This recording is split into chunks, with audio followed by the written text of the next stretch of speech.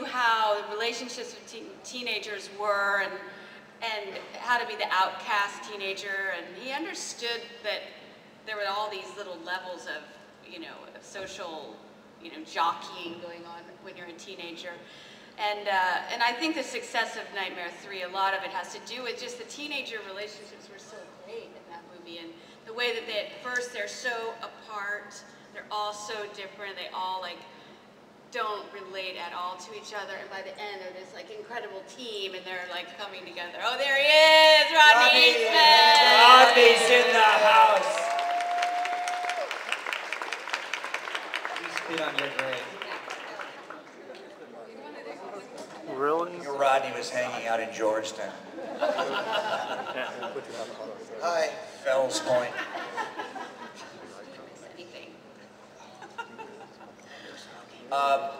Another question. Chris? For Heather, has a release date for I Am Nancy been set yet? I actually, we're turning it in to Sundance Festival this week. This is the late deadline.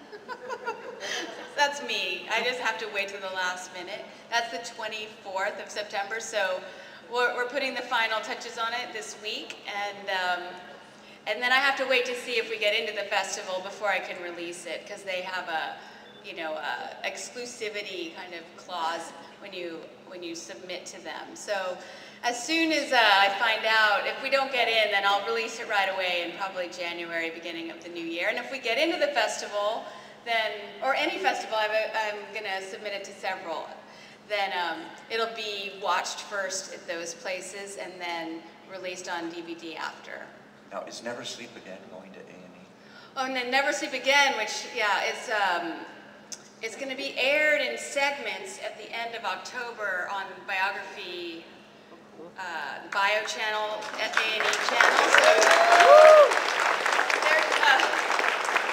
they're taking all 4 hours and they're cutting it into a way that they think is a way to do it for TV, and so I'm really excited about that too. You guys are all hardcore fans, and I mean this from the bottom of my heart, because I watched it in an afternoon, with a tuna melt, and there's so much information and so much insight into a moment of time in Hollywood and a kind of filmmaking, and it's not only enlightening, it's envious, it's nostalgic, but you learn so much. When I saw Heather's research team's footage of Peter Jackson, as a young man writing a draft of one of the Nightmare on Elm Streets, I know a lot of gossip about these movies, and I'd never come across that statistic. It's really amazing, and you don't have to bite it all off in one, in one meal. You can watch it in segments, but you should watch every single moment that Heather and her research team and her producers and her crew film, because it's beyond Nightmare on Elm Street. It's also about a time in the American cinema that no longer exists, when you could do things. That doesn't mean that there's not great things to come and there's not great stuff being done, both on a low budget level and in horror and in Hollywood. It's just that this is a specific moment of time. And I think Heather and her people really captured it. And I can't stick up for it enough. I don't know if Dan Ferens is here. Are you here, Dan? He's our producer. Yay, he actually is he produced it. I think he was with Rodney. Yeah, they were together. Shh. No, what I have to say about, when the growth of these conventions and I think we've all known that the cult of Nightmare on Elm Street has grown so much that it gave everybody a lot of confidence to take on a project like this. I think we knew that we had the audience to do it, and Dan is probably one of the most ardent fans of the series, so having him at the helm was really one of the reasons it was so great. And then I have to thank everybody at the table too, because they all gave interviews, and it wouldn't be nearly as great without everybody's participation. Only a sushi meal in Malibu. I know I have $20 so I can buy a piece of sushi at any time. Yeah, I'm excited about the A&E situation, and I'll put my enthusiasm into one word: residuals. Yeah. Exactly. Questions? Okay. Right here.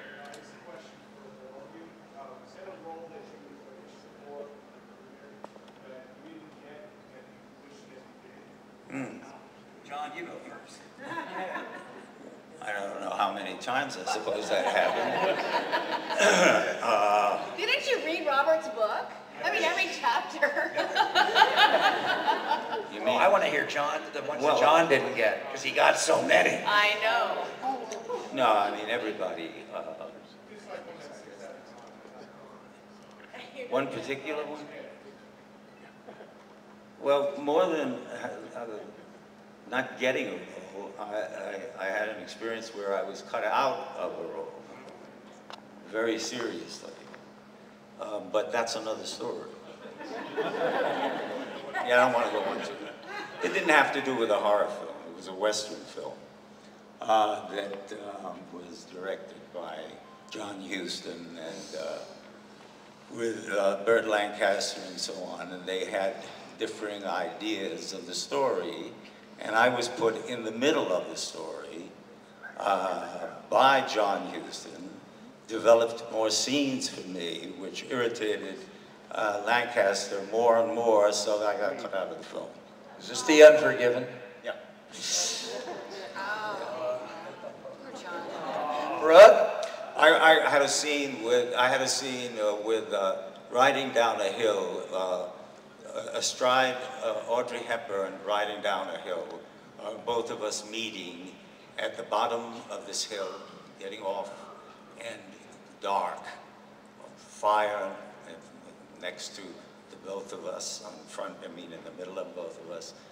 I'm lying on one side and she on the other side, and then I kind of sort of get up and get on my knees and walk over to her and lie on top of her.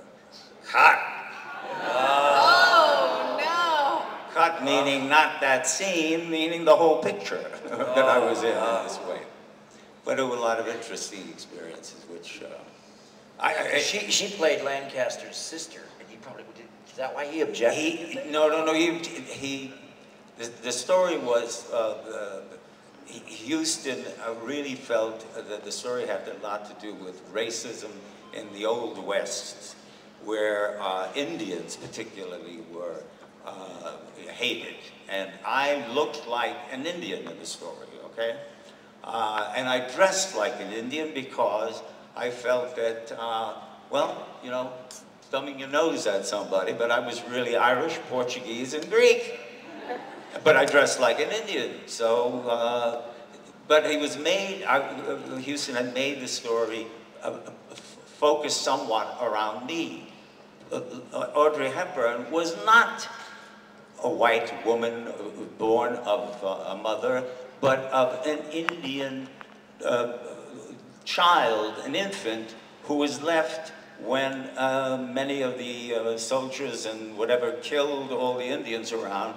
This man picked up this Indian child and gave it to, at the time it was, oh my God, I remember. Was it Lillian Gish? Lillian Gish, yes. So Lancaster did not know, and the other brothers did not know that she was really not their sister. All right, that's a long story. That's not the kind of thing that gets into horror. I love this story, though. Yeah, anyway. There's nobody out here that doesn't love. I can tell you Audrey Hepburn. a funny thing really about being developed in that particular picture. When Houston resolved that all the actors had to come to the set, whether they were on the work that day on the schedule. So one day, somebody came up to me and said, "Hey, you're in the next scene." I said, "What scene is that?" The scene that John is making for you. I said, "What scene is that?" And the scene was that I was supposed to chase after Joseph Weissman, who had stolen the horse from Audrey Hepburn, and I was supposed to be this great horseman.